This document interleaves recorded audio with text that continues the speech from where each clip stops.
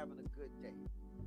You're listening to Straight Up the Middle on Intex News Radio, reality radio, where everybody can be a star. I am joined here by my co-host, none other than Professor Tony Seabrook, educating the youths of America and the over the traditional age students as well. Professor, I assume it's a good morning for you looking at the stats, but how are you doing today? I am bothered. I am pissed. I'm just going to use the right word. I am pissed. Um, I mean, Professor, I can barely hear you, Professor. can you hear me any better? Do I need to get closer? Just a little bit. I can hear you better earlier, but now you dropped almost to the point where I can't hear you at all. Actually, Let me see if I can. yes, you keep work on that for a second or two. And while I don't know, back in the studio, if you can let me know whether you can hear the professor as well back there, that would be great. Um, but we are live here on Intex News Radio, reality radio, where everybody can be a star. And Intex News is a full suite of information services focused on the African American community. Now, what that means is we work really hard at making sure we get information out to our community that is empowering, enlightening, and of course gives them the ability to achieve the things that they would like to in their lives. So I encourage everybody. I know you tune in to hear the politics of our show, but there is a full suite of shows: self-help, financial literacy, religious.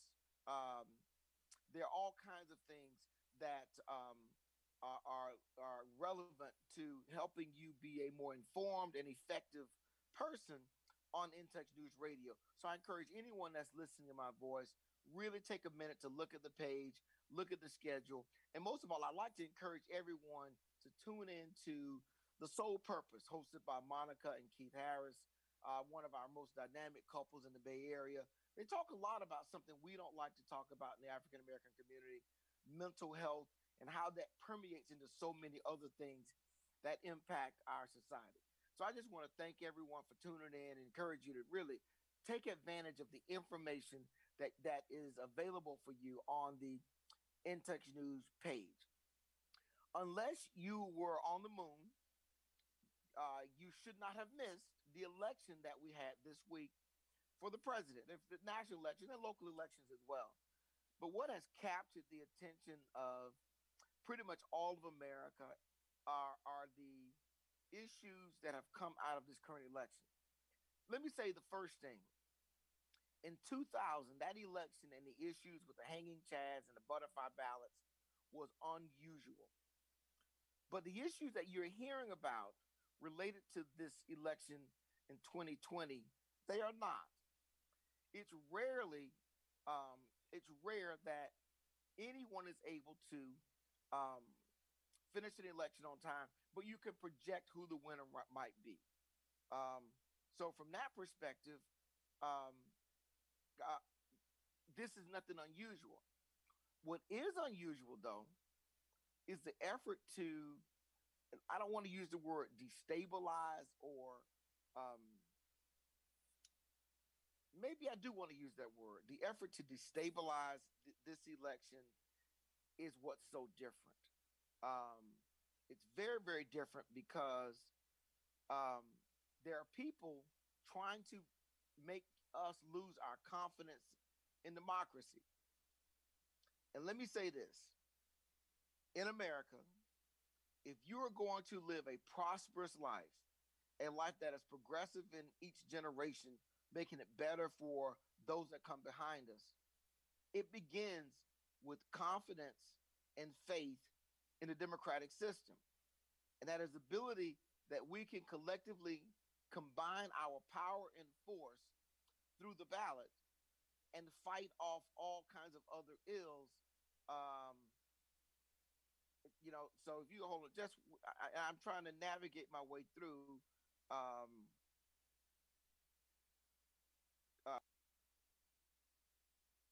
uh, YouTube stuff here. I'm being told I need to let someone in. I thought I had let him in. So if you're on Zoom right now, Professor, that you trying to call in, log back out again and try to come back in. I thought I let you in already, um, but it clicked off. So if you'll do it again, I will get you and admit you into the room so that you can be a part of the conversation as well this morning. as we try to put some kind of context to what is happening with our election situation, um, I've been disappointed, number one, historically, by the lack of participation in elections.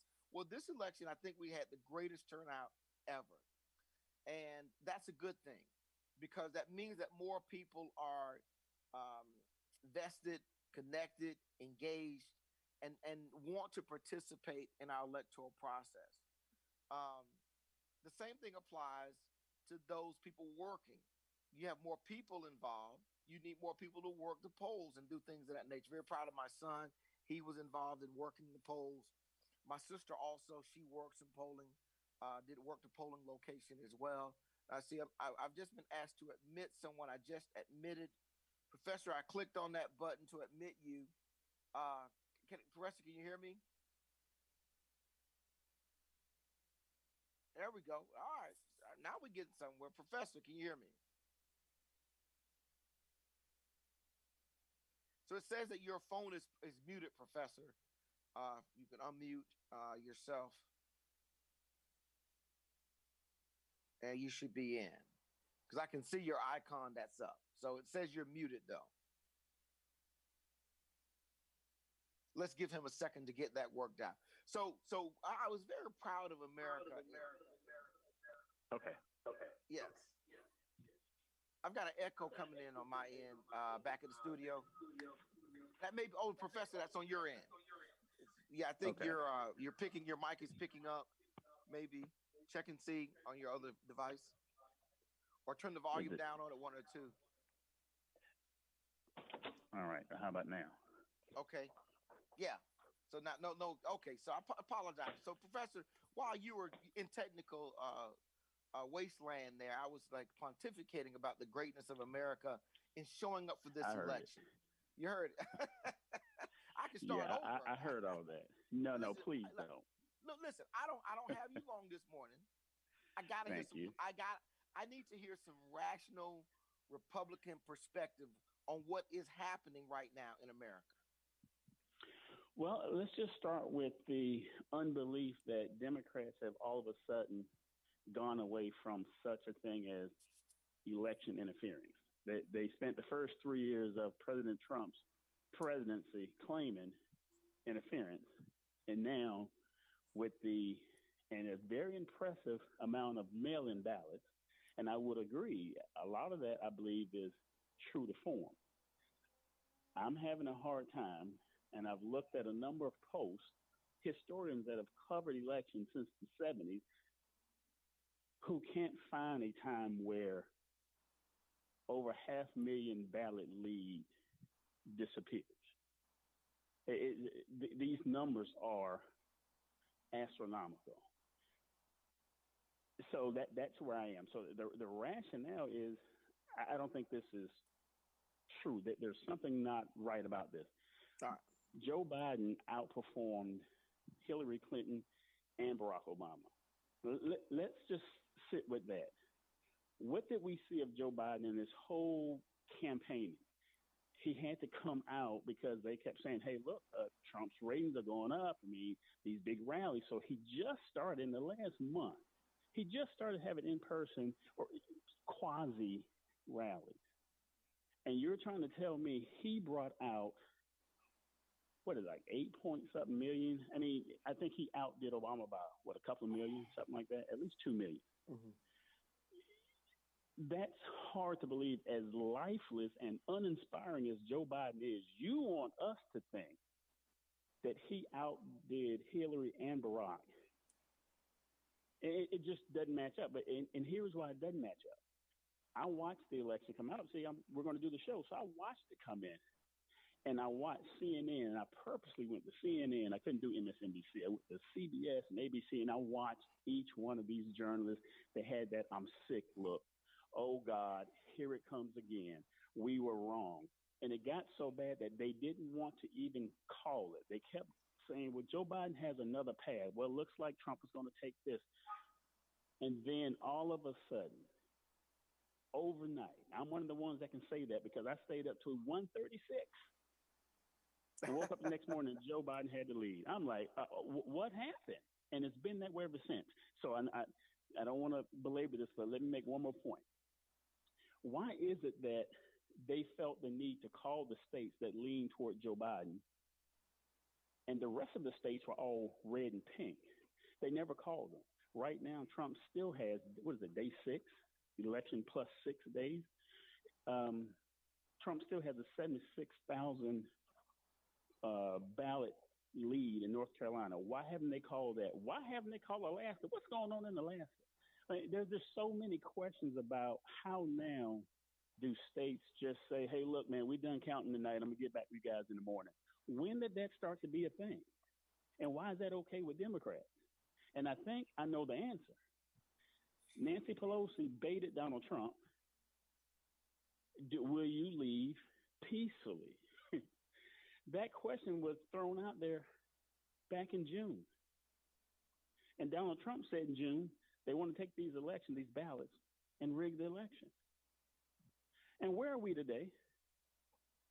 You know, they said, the last coverage I heard a couple days ago was Donald Trump is up by 90,000 ballots. I don't know what state, because we know he had 100,000, at least 100,000 ballot lead count. And what the commentator said, what the news anchor said was, yeah, but they have 92.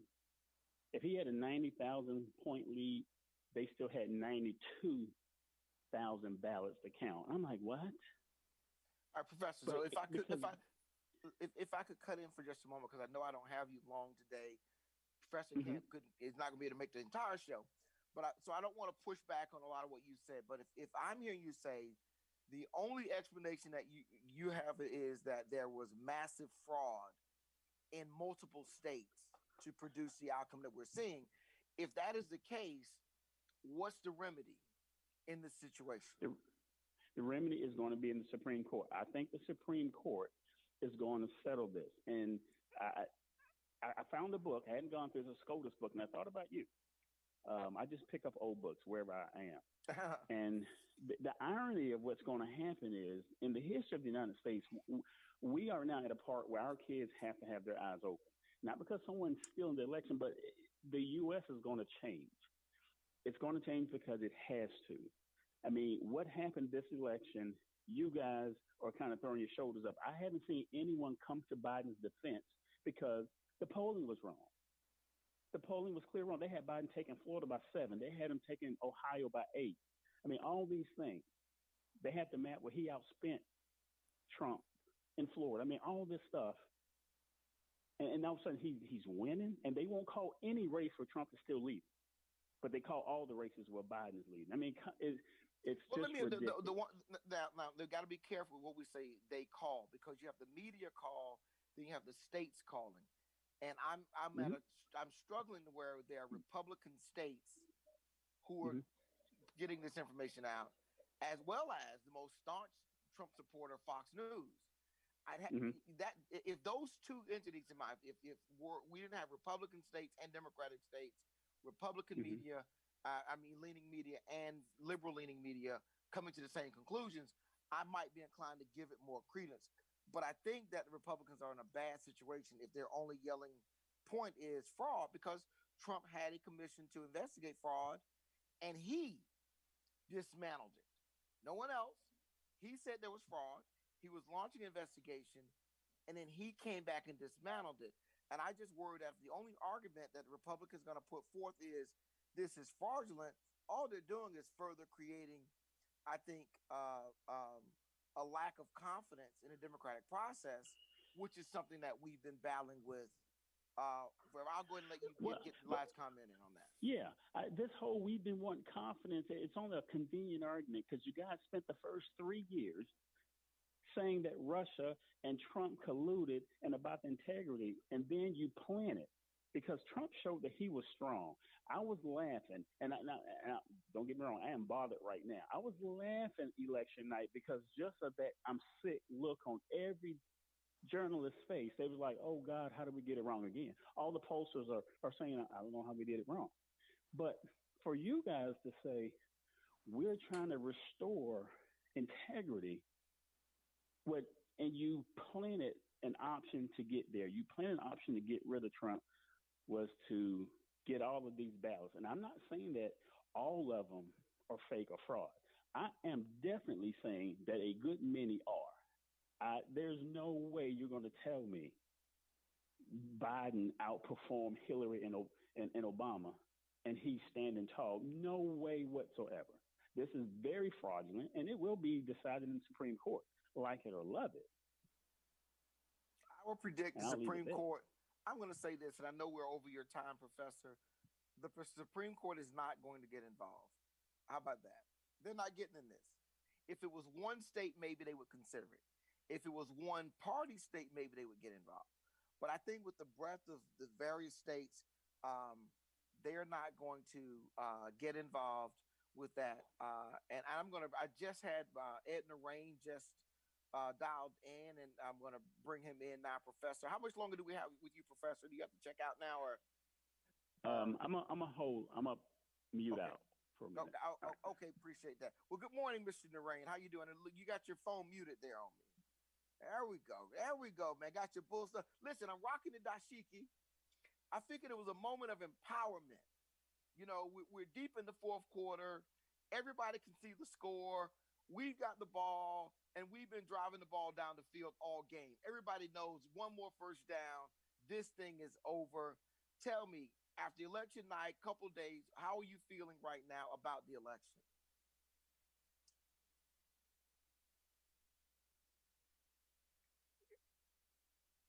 I apologize, Brother Durant. I can't hear you. You're not coming through. Back in the studio, is there something? There you go. Hear me now? Yeah. Oh man, that sounds really nice. I like I, that microphone too, man. I just want you to know I broke out the Big Daddy mic because Whoa, of I how see excited it. I am. And I'm glad, look, I'm not going to gloat.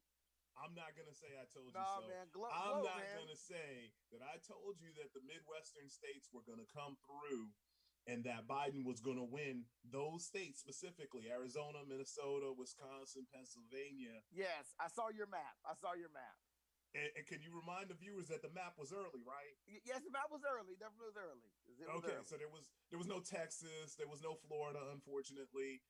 Just it was one of those things, man. Look, this is one time I'm gonna say, I told you so. You know, I'm gonna say it because we talked about Kamala Harris potentially being the VP pick, and a lot of people were like, "No, that's not gonna happen." I told you it was gonna happen. And the one thing I did not predict, Georgia, Georgia on my mind. Look, Yeah, let's stay right there for a minute. Now, yeah, tell let's me, talk about it. what is your view of what happened in Georgia? Wow. So there's the physical view of what happened, and then there's the supernatural spiritual view. And this is what I'll tell you. Okay. I believe, like we saw in Arizona, you know, there's the old adage that you can't turn around, you reap what you sow.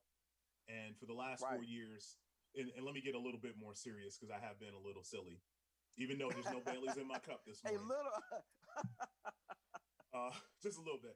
Uh, so I believe what you're seeing here is a bit of a reaction to the president's comments, tweets, disrespect of elected officials from those areas over the years. If you look at this from just a physical standpoint in the natural world, John McCain is a hero in Arizona. And the Yes. way that the president went after him, saying he wasn't a hero, both in the campaign and then in his death, to have Cindy McCain come out and cut a commercial with Biden for Biden was huge. And I think that's what you're seeing the reaction of. John McCain was the elder statesman of Arizona. You're seeing the same thing in Georgia with John Lewis. John Okay. Lewis passes away, and the president says, well, I didn't go to his funeral because he didn't come to my inauguration, after first denying that he even knew who the man was. So I think the voters there were annoyed with that. But you also have the Stacey Abrams effect. In 2018, she was denied the governorship through the exact match system that Brian Kemp, when he was Secretary of State, put in place. And there were over almost 80,000 people who weren't allowed to vote or had their ballot rejected in 2018. And we all know she lost the governorship. Well, the effort that she started back in 2013. This wasn't a new thing, but she kept doing it, and she doubled down on her efforts. And I think you see the result. I think they're up 7,200 votes the last time I looked. That's what you're seeing right now, a reaction in both Arizona and in Georgia specifically to the president. It's almost as if his own words have come back to haunt him. You bring up the thing. Let's talk about Georgia and Stacey Abrams real quickly. I agree with you. I thought, and if anybody's wondering, yes, I am sitting outside. It's impossible with the weather that we're having to do anything else. It's a beautiful day in Florida, low 70s, no humidity, wind blowing, whipping in the background. It's just a beautiful day. So I thought I'd sit outside. But Stacey Abrams won that Georgia race. Oh yeah. This is just a rerun of that, and she's never left the ballot. She never left the stage because she made herself so visible at all times. The Arizona piece I think is interesting also because think about it. Those are two Republican theoretical states. Now what about Mark Kelly being on the ballot out in Arizona? Do you think Well, that had a positive effect also? I'm gonna go with yes, but not as much as we think. I think the McCain effect was large with crossover Republicans that chose to vote for Biden. But I'm not going to discount the impact of the Latino community, which is largely growing in Texas and places Oh, like wait a Arizona. minute. Let me make a note. You done brought up the Latinos because I got Yep. some Latino discussion I want to have with you. Let me make a note. Latino. We're going to come back to that. Go ahead. No, Go no ahead, problem at Brother all. In Arizona, right, you have a large Mexican American population, okay? And they're not first generation. Many are, but you have second and third generation that listen to this president specifically denigrate them, both in his first campaign and throughout his tenure. And that voting bloc definitely went against him. If you're looking at the breakdown from a lot of the suburban areas outside of the larger areas like Phoenix, you're seeing that even the suburbs voted for Biden. This isn't, and I'm going to catch some heat for this, and I'm happy to say it and deal with that heat. But too many people are taking the instant reaction and saying this was a racial thing, that everybody that voted for Trump is racist and everything else. Let me tell you, there are some racists that never vote in elections that came out for Donald Trump in 16 and again in 2020. I'll never forget David Duke's comments and the president initially saying he didn't know who he was. Then he turned around and said, oh, yeah, he's a bad guy, but never Right. disavowed him. Yes. Correct. I'm going to tell you that there's a lot of people who, let's take Latin America for a second, since we're going there. There are a lot of people from Nicaragua, Venezuela, Honduras, where their leaders say bombastic things like Trump all the time. And there is a caste system amongst people of the same ilk, not based on skin color, but on economics. So for them to say Trump was a racist wasn't enough for them to peel off per se, right? They're used to that. That's They're normal to used them. to that. They're accustomed to that. Exactly. That's just how their world is. It was more of a, are things better for me now than they were 4 years ago? Not if are things better for the country than they were 4 years ago. So that self-interest played itself out, I think, with some voters, especially the Cuban Americans that we see down in Miami. That's a portion of why you saw them turn out the way they did. But Arizona's Latino vote came through, taking nothing away from African Americans in major cities all across the country. They also turned out. We saw that here in Tampa. Look, I'm just proud of Tampa what's was the only one that flipped blue. No, it wasn't the only one. We got Duval County, Orange County. For what it's worth, Palm Beach, Broward had a ridiculous turnout this election season. Leon County, Well, then why didn't County. Biden? Then why didn't Biden do better? Because he's predicted to take the state by at least 8, right? So let's talk about that. Great question. When you look at Miami-Dade in particular, the Trump campaign under Susie Wiles was brilliant. They micro-targeted their voters. They did a better job of getting the Haitian American community in South Florida, which is largely Catholic, to split off and vote for Trump. You had Cuban Americans, Nicaraguans, Venezuelans, who, when they hear socialism, have an instant reaction to that. Right. And so Donna Shalala, Debbie Powell, you have JJR, State Senator Javier Rodriguez, Javier Fernandez, who was running for the state Senate, Cindy Polo, representative. All 5 of these people lost their elections on Tuesday night. Vote the Venezuelan vote down in South Florida. It normally did. It's a high propensity for that it needed to be to win. Okay. Well, let me say this before I go. Okay. Still, Biden's lead has dwindled down to 39,000 in Arizona. Now, it may have gone up. The last count I saw, it was down to 39,000. There's still, they say, over 200,000 votes to be counted. The thing is, when Trump challenged it, you notice how the tallies start going down. I'm going to leave that right there. I Just like I do with African Americans, I would give even Cuban Americans a little more benefit of the doubt. It wasn't a word that scared them. It was something about Biden and the Democrats that scared them. I'm not going to say, oh, they heard socialism and just the word of mouth scared them. I would give them more that they're smarter than that. The other thing is, if the Democrats' platform and Joe Biden was so strong, why did they lose as many seats in the House? We kept the Senate, and they lost so many seats in the House. So, I don't get that. Professor, before you go, go ahead, Ed. No, let me just say this. We're talking about winning and losing. The margins are irrelevant. Joe Biden's going to be the president. And the reason why I say the margins are irrelevant is because in 2016, if the margins mattered, some of y'all wouldn't have been talking about how great President Trump was, because he barely won Wisconsin, Pennsylvania, Ohio, and Michigan. I mean, barely. We're talking about tens of thousands. So when this race is over, I want the same credit that Trump got given to Joe Biden and Kamala Harris for flipping Pennsylvania and Arizona. And I want to say this too. Fraudulent. There is no fraud, because had those ballots, the vote by mail specifically, been allowed to be counted first, everybody on the Republican side would be saying, keep counting the ballots because our guy is coming back. Kind of like Florida. When we first opened the election up, Biden is leading. Why? We've already counted the mail-in ballots. But over the time of the night, the in-person ballots start to catch up. But long-term, Professor, my concern is, where does America go if the perspective is every election, half the country believes the election was fraudulent? And I'm not saying it's anybody's fault. I'm just getting your perspective. How do we strengthen our country if that's the only argument each side comes up with? And I'm not saying it wasn't fair to do this to Trump when he did it. Okay, let's grant it. We said it was, the Russians were involved. But that's fine. Now, if we say this election is fraud and he's never, how do we get to the next election and have people have, okay, great, I'll go out because my vote can count, if it's just going to be fraudulent? You know what? You get rid of the old heads in Washington. Get rid of those long 30-plus year senators and congressmen. Because the only thing that's going to keep it there is that you guys like to talk about systemic racism, but there's that systemic partisanship that's just gotten out of hand. You couldn't see it when Nancy Pelosi and Chuck Schumer, no one talked about it.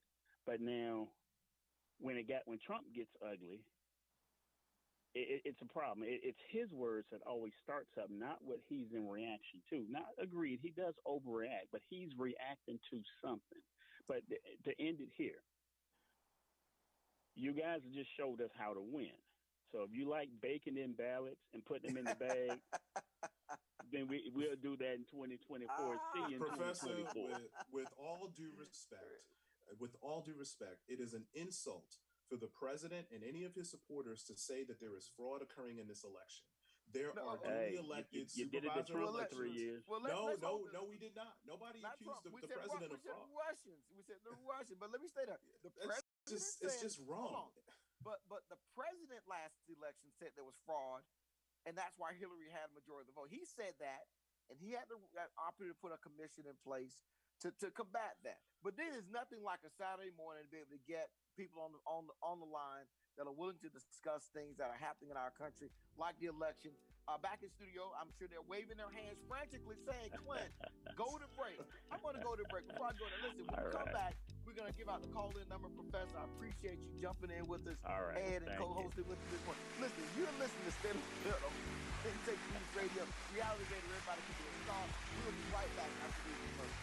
Ed, you want to move your microphone during the commercial, and then I'll bring you back in, okay? You already...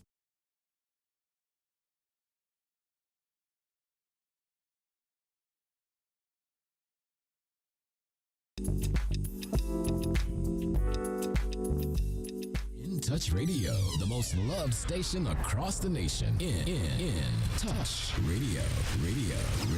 Tell a friend. In Touch Radio. You've been injured. You deserve help from an attorney that knows how to handle your injury claim. This is Attorney Clinton Paris from the Law Office of Clinton Paris. For over a decade, I worked for insurance companies, and now I use that knowledge and experience to help people that have been injured. For a free consultation, call me, Attorney Clinton Paris, at 813-413-7924. That's 813-413-7924, or at parislawoffice.com. At the Law Office of Clinton Paris, we take the pain out of being hurt. Offices, Riverview. Hello, Kubo. What have you got planned for today? Come on, this way. Adventure can be found anywhere, but the best place to start is in the forest. It's the most powerful magic there is. Head outside to discover incredible animals. Wow. And beautiful plants that come together to create an unforgettable adventure.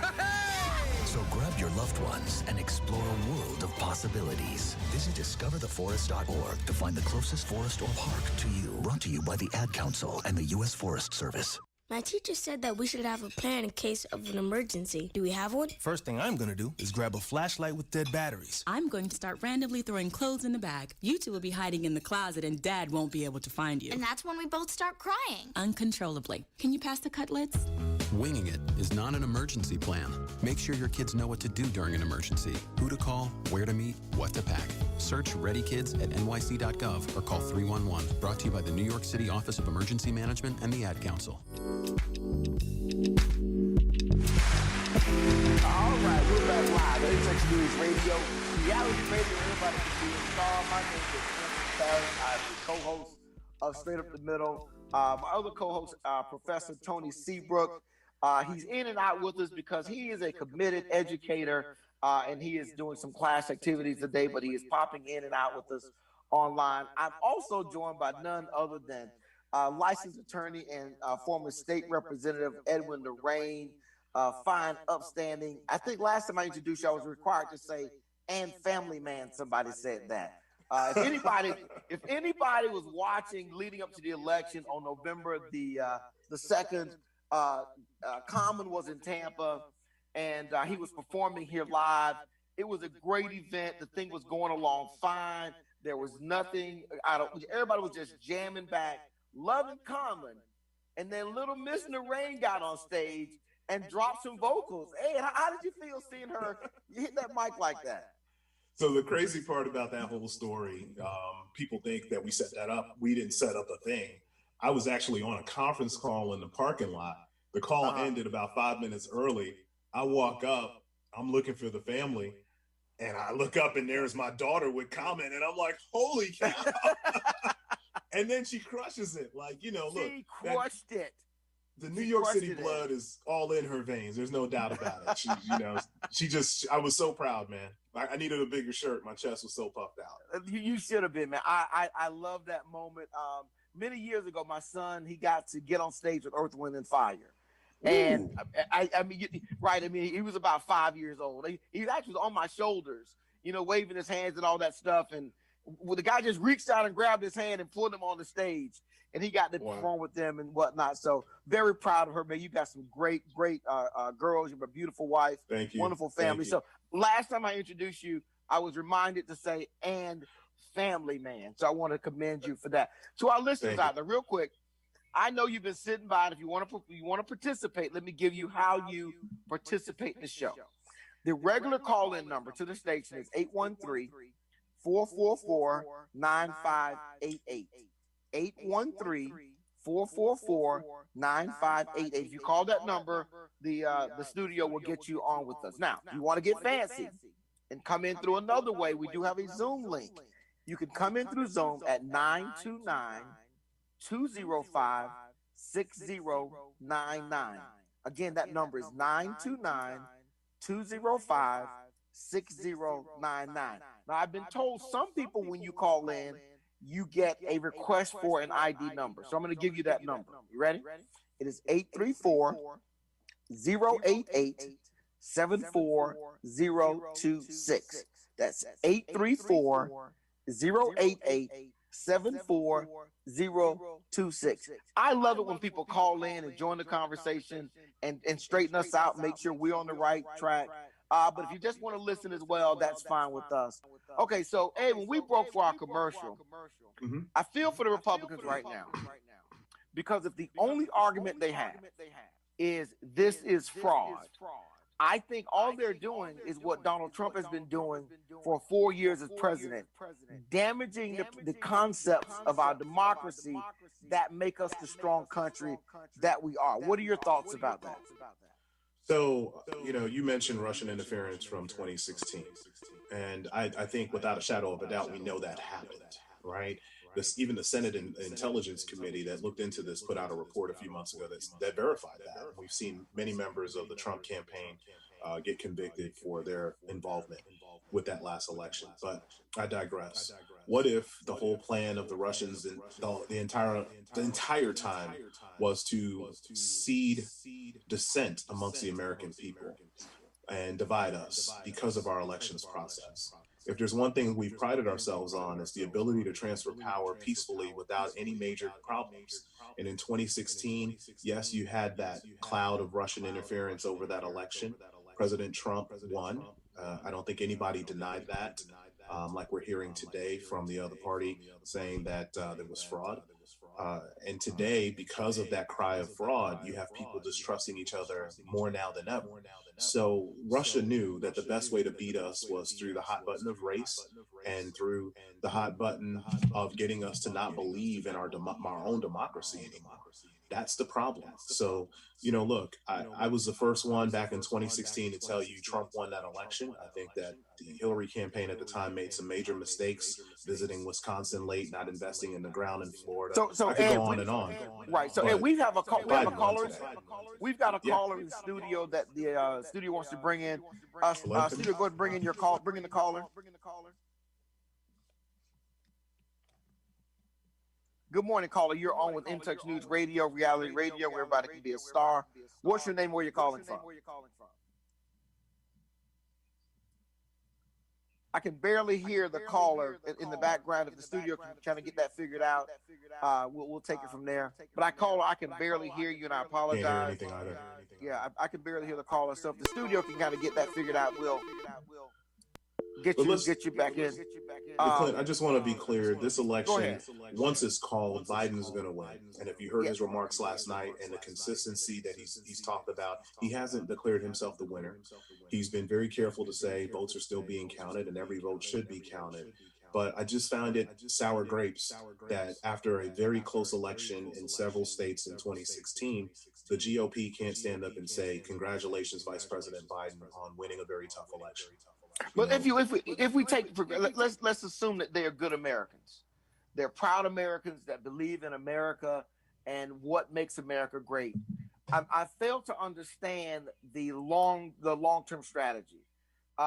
It's certain times you have to look at the long game, and in the short term, it may feel good to be in court.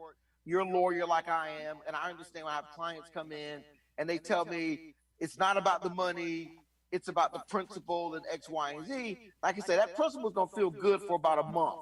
That month is when you get my first bill. Right. And when you get that bill, you're not going to feel good about that fighting this principle thing because the law can't fix principles. All right, so let's do this again. Let's try this caller again. Good morning, caller. You're listening to In Touch News Radio, reality radio. State your name and where you're calling from. Oh gosh, I'm so sorry, caller. I can barely make out what you're saying. Do me a favor, caller, if you can hear me. Let's bring you in on the Zoom line. Let's try that out, okay? Again, let me give you the Zoom number. The Zoom number is 929-205-6099. Again, that number is 929-205-6099. If you're asked for an ID, write this down. Here's the ID number to go with that. 834-088-74026. 834-088-74026. Let's see if we can get that caller figured out. But go ahead and finish your comment, Ed. Okay. I'll just start with this again. If you notice, yes, I'm a proud Democrat. I'm actually not the most partisan guy in the world. But when I look at what's taking place, this back and forth finger pointing, It's Donald Trump who's always talking about red states and blue states. And President Obama in 2004, when he was just Senator Obama, gave a speech at the DNC where he talked about America being the United States of America. You've heard, Vice President Biden kind of reinforce that in his last couple of speeches. We can go ahead and say President-elect Biden. I'm a little superstitious, but what I want people to say President-elect. Yeah, I mean, at the end of the day, our republic is only held together by us choosing to hold it together. And so the rhetoric of, cheating and ballot stuffing and all this stuff that we know isn't true, it's not partisan, it's sour grapes. And that's the frustrating part for me. We have a state like Wisconsin, which was barely won by 20-something thousand votes. We've got Biden leading by more than that. We've got a state like Georgia that's in play for the first time since Jimmy Carter. We've got Arizona in play for the first time in 24 years. This isn't cheating. This isn't any of that. This is people saying they wanted something different. Did that work in my home state of Florida? No. Okay. I'm very disappointed that Florida was lost by more points. But we're not saying he cheated in Florida. No. He outperformed us in Florida. And let me just Donald ask Trump you, won. what do you think that the Republicans got right versus in this situation that even made this thing so competitive? It's the same thing I said with President Obama, and Democrats hate when I say this, but in 08 and in 12, President Obama was able to get the 1 out of 4 and the 2 out of 4, and non-political speak, the very occasional voter to show up at the polls and vote, right? Somebody who just, maybe they vote if they're asked to or if they remember, but it really doesn't affect them. Those people voted for President Obama in 08 and 12. Got it. Donald Trump had the same effect in 2016. And that's why I say America's not a racist country. When people say that, there are racists who specifically came out in 16 and again in 20 that added to the overall Republican vote count. But I'm not going to say all Republicans are racist because they're not. So we've got to be fair and balanced with how we evaluate things. Now, is it disappointing if you listen to the exit polls that it says white women voted at a 55% clip for Donald Trump in 2020?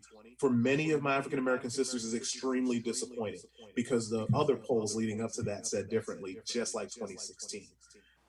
The other thing I'll tackle, they said Donald Trump was able to grow his support with African-Americans.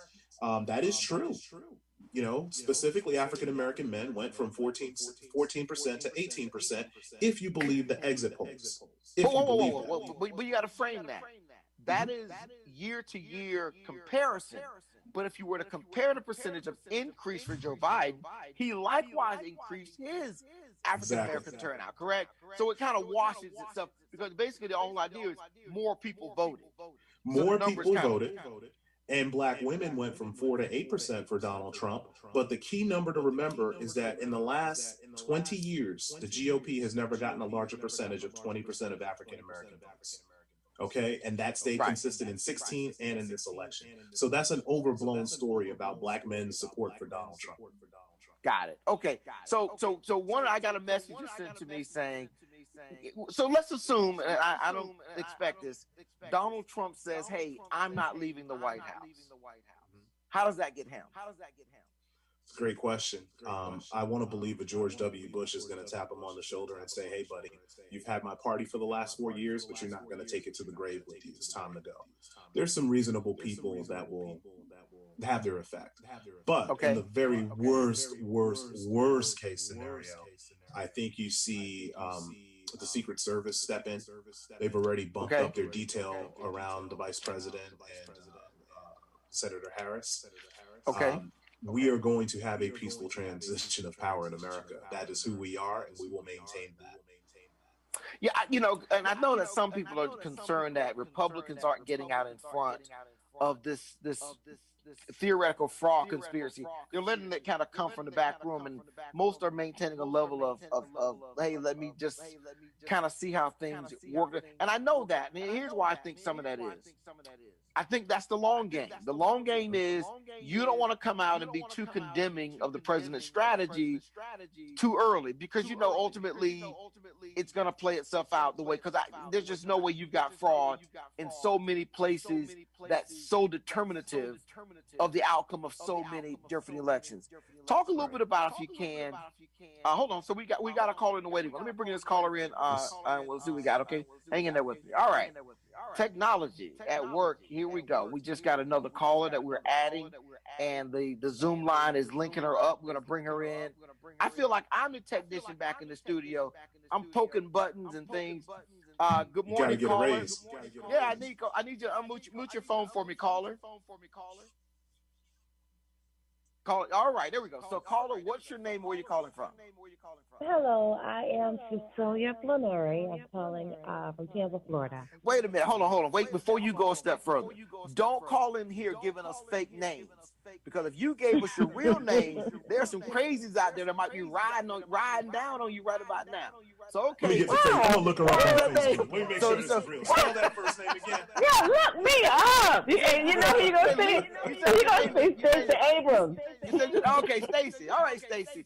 What's on your mind? No. This is Cecilia. This is Cecilia. But I was saying you're going to see a post about Stacey Abrams. Because Stacey Abrams did that, right?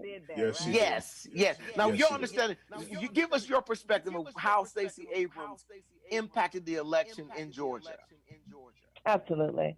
I believe that voter suppression is real, which emotionally impacted Stacey Abrams and caused her to lose, right? Her fight for her right for that position.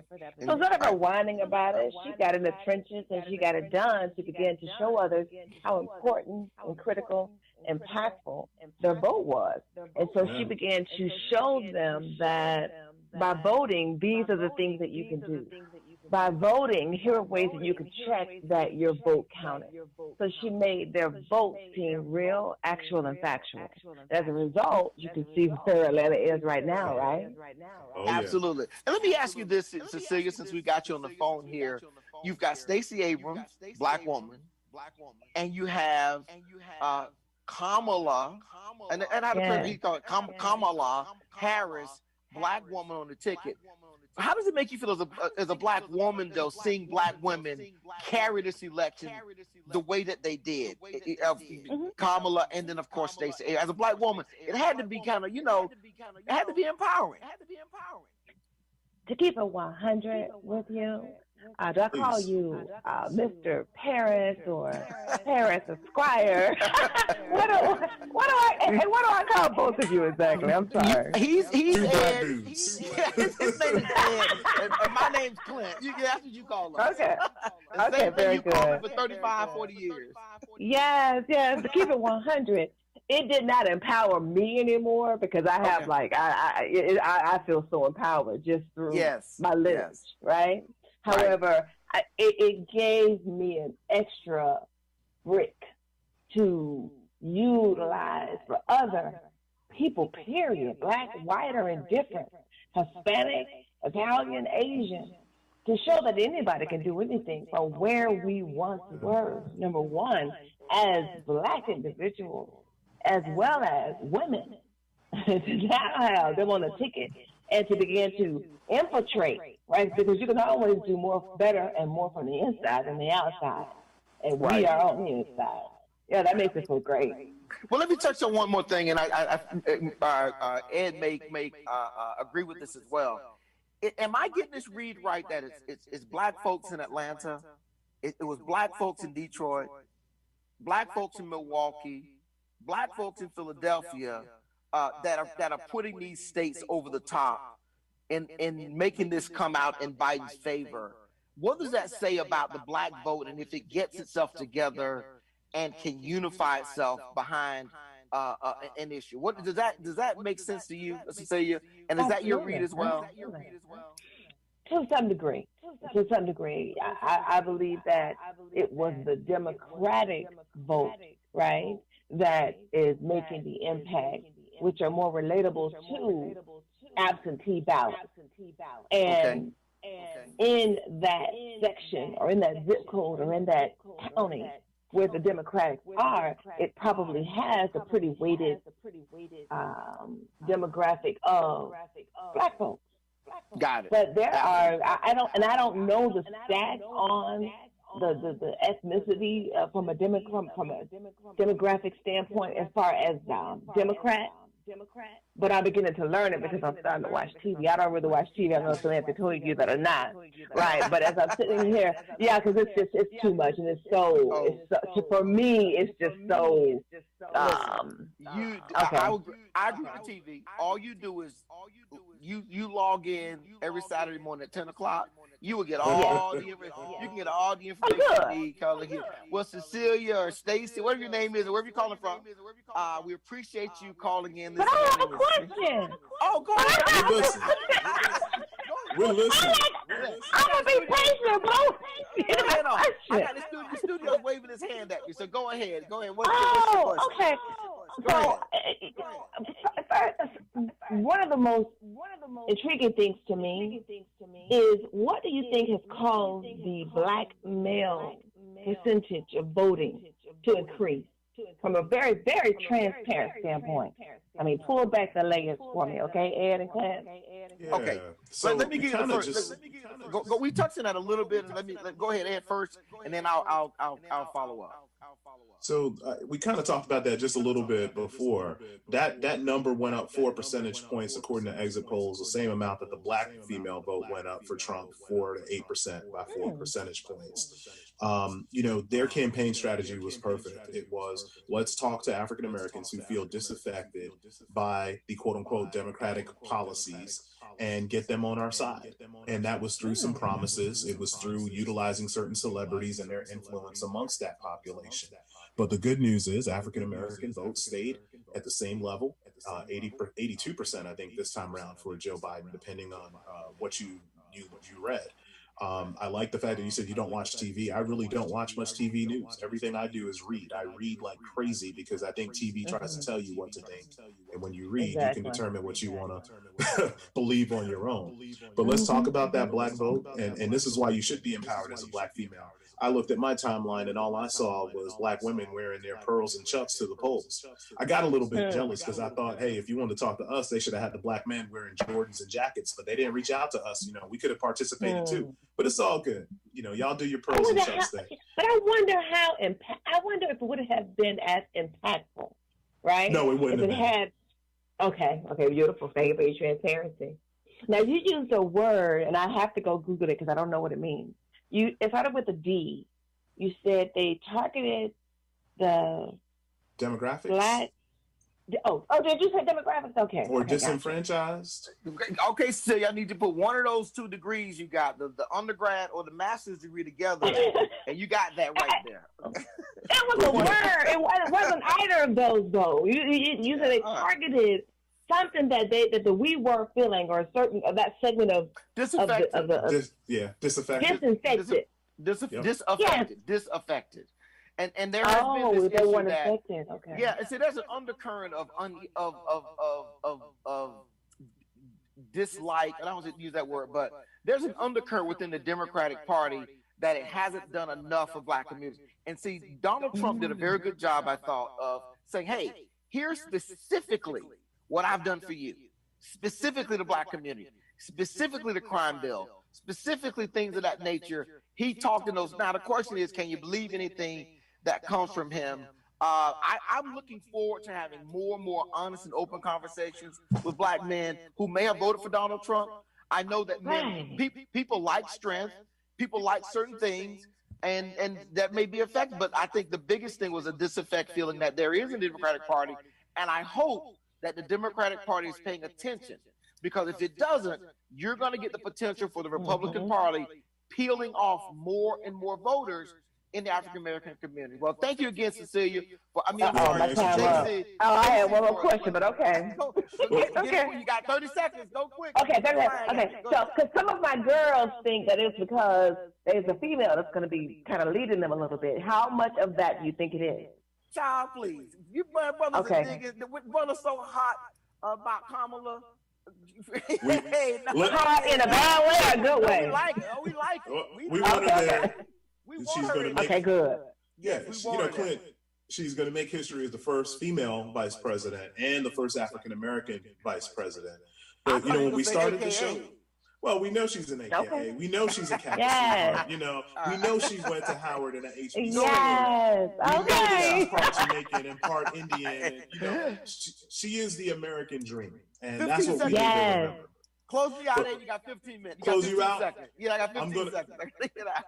Jacob Blake, Ahmaud Arbery, Philando Castile, George Floyd, all from Wisconsin, Minnesota, Georgia, all the states that were in play where people, especially Black people, turned out at the polls because our votes matter. And to quote the pastor from Detroit, we went from picking cotton to picking presidents. Always remember your vote matters. Yes. Oh, I love it. Listen, Stacy, Cecilia, Ed, and Professor, y'all have made my morning. Listen, I broke a full sweat. I'm so hyped out here doing this show this morning. It's been wonderful for you to call in. Ed, I appreciate you joining me. Good. You've been listening to Straight Up the Middle on Intake News Radio, reality radio where everybody can be a star. We will see you back here on this station next Saturday at 10 a.m. Everybody, have a great day.